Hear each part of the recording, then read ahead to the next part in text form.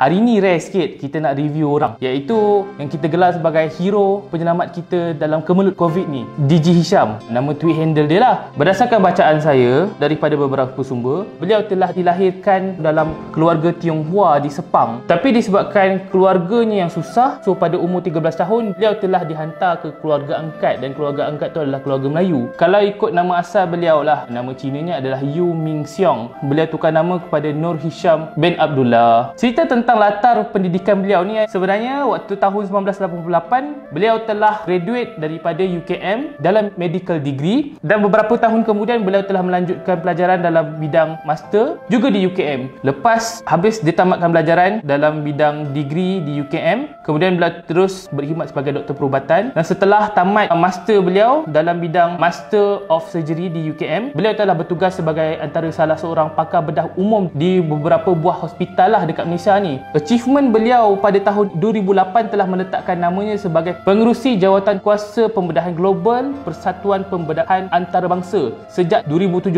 sehingga 2021. Kalau ikutkan, beliau adalah orang Malaysia yang pertama yang memegang jawatan tertinggi untuk ketika ini.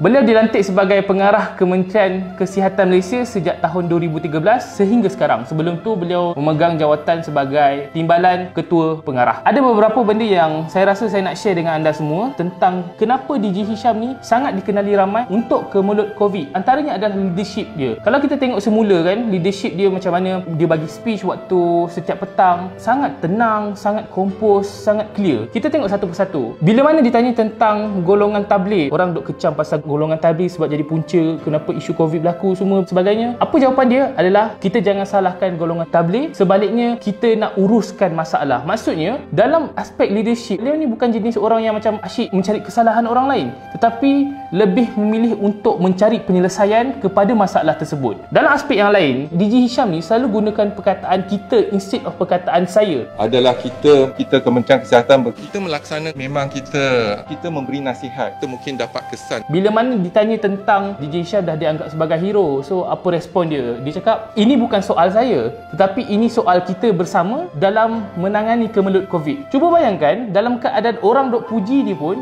dia tak nak anggap benda tu sebagai sebab dia, tapi disebabkan orang lain. Dan selepas beliau telah diangkat oleh China TV Global Network sebagai 3 individu terbaik yang menguruskan konflik COVID dengan baik, apa respon dia bila ditanyakan tentang benda tu? Dia jawab, oh, ini bukan sebab saya seorang, ini juga sebab Perdana Menteri sebab melaksanakan tugas dengan baik, kementerian-kementerian lain yang bagus. Cuba bayangkan, lepas nama dia diangkat, orang duk puji, dia cakap, oh, ini bukan saya seorang, ini juga jasa ataupun kerjasama orang lain. Ini menunjukkan sebenarnya sebagai seorang leader, dia ni sangat mementingkan aspek teamwork. Kalau kita faham, dia ni bukan sekadar bos, tetapi dia ni adalah leader. Saya rasa kita sangat beruntung kerana mempunyai seorang ketua pengarah KKM yang ada leadership yang begitu bagus macam ni. Susah kita nak dapat. Benda yang saya rasa paling sangat bermakna bila mana sebelum ni saya rasa macam tak ada orang individu yang merupakan government servant yang begitu popular macam ni, dan begitu nama dia macam dikenali orang ramai dalam menangani kemelut. Selalunya menteri, politician. Tapi kali ni bukan politician yang diangkat, tapi orang yang paling diangkat adalah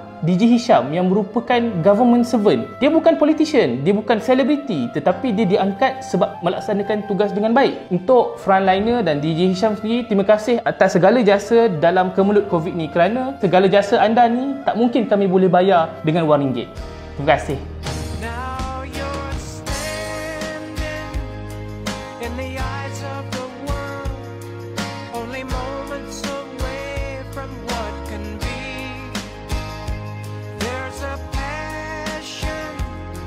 In the hearts of a few, everywhere.